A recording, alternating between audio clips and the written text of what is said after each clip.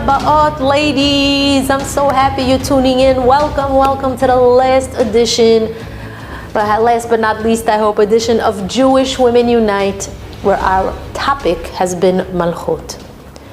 In our last class, we spoke about the Tzadikah Ruth HaMoaviyah Alea Shalom and some of the qualities that earned her the title of Em HaMalchut, the mother of royalty.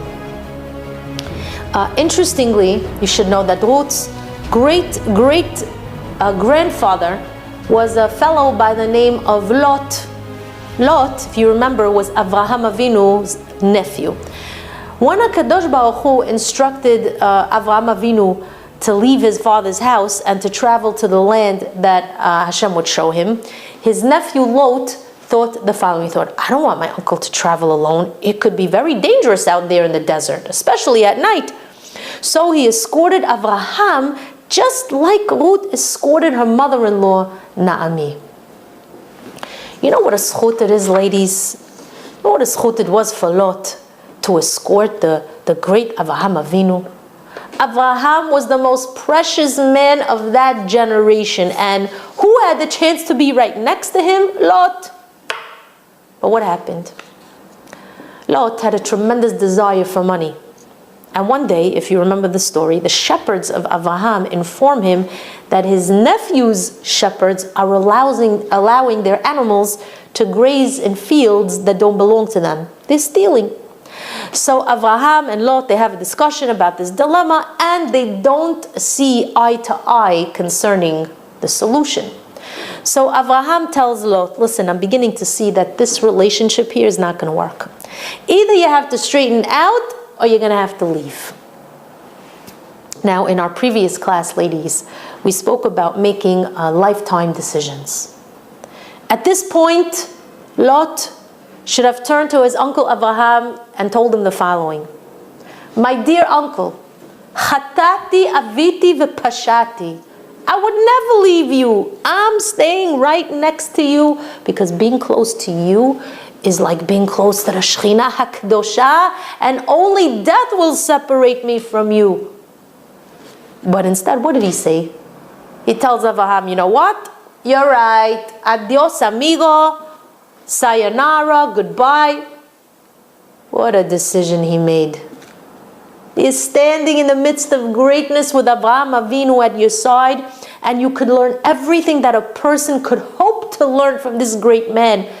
And not only do you leave, but you choose to move to Sodom of all places. He went from earning Olam Haba to choosing a place where you only inherit Gehenna. Chachamim tell us that this was a fatal decision that he made. And who made the tikkun for Lot? His great-great-granddaughter, Ruth. It's like deja vu all over again. Naomi and Ruth are in the fields together. And Naomi tells her, go back, because I have nothing to offer you. Ruth is thinking, I'm not going to make the same mistake my great-grandfather made all those years ago. Lot left Avraham, even though he had the chance to be right next to the Shekhinah, and he blew it. So I'm never leaving you, Naomi. At that moment, there was a tikkun made for that grievous decision that Lot made all those years ago.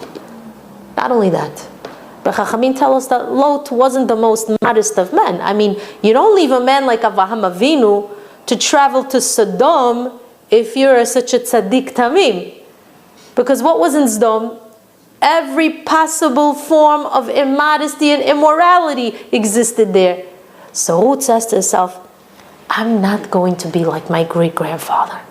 She remained tzenu'ah in every way possible. That's what impressed Boaz so much. That's what inspired him to marry her. And when he did, greatness descended upon the world on that day.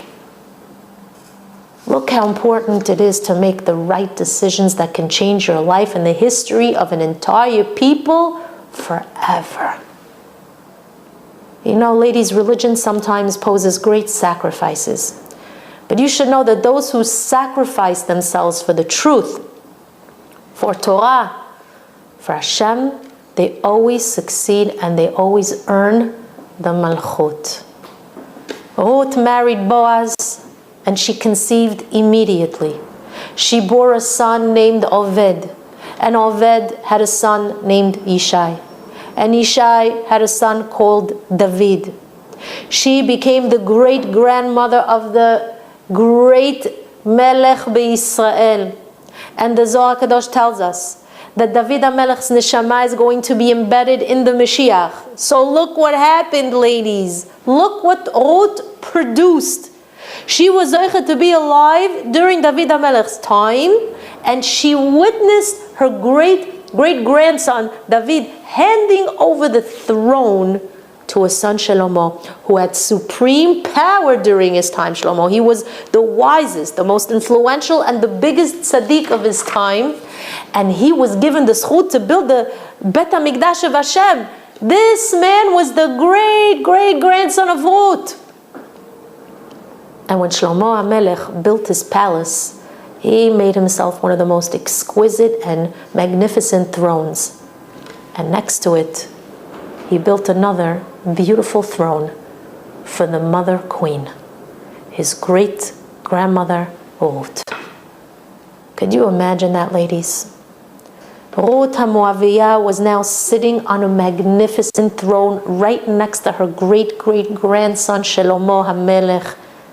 HaKadosh Baruch Hu gave her a long life in order to be able to witness her great sacrifices. And all this came from her modesty, her righteousness, her mesirut nefesh, and those qualities that reflect the Malchut within her.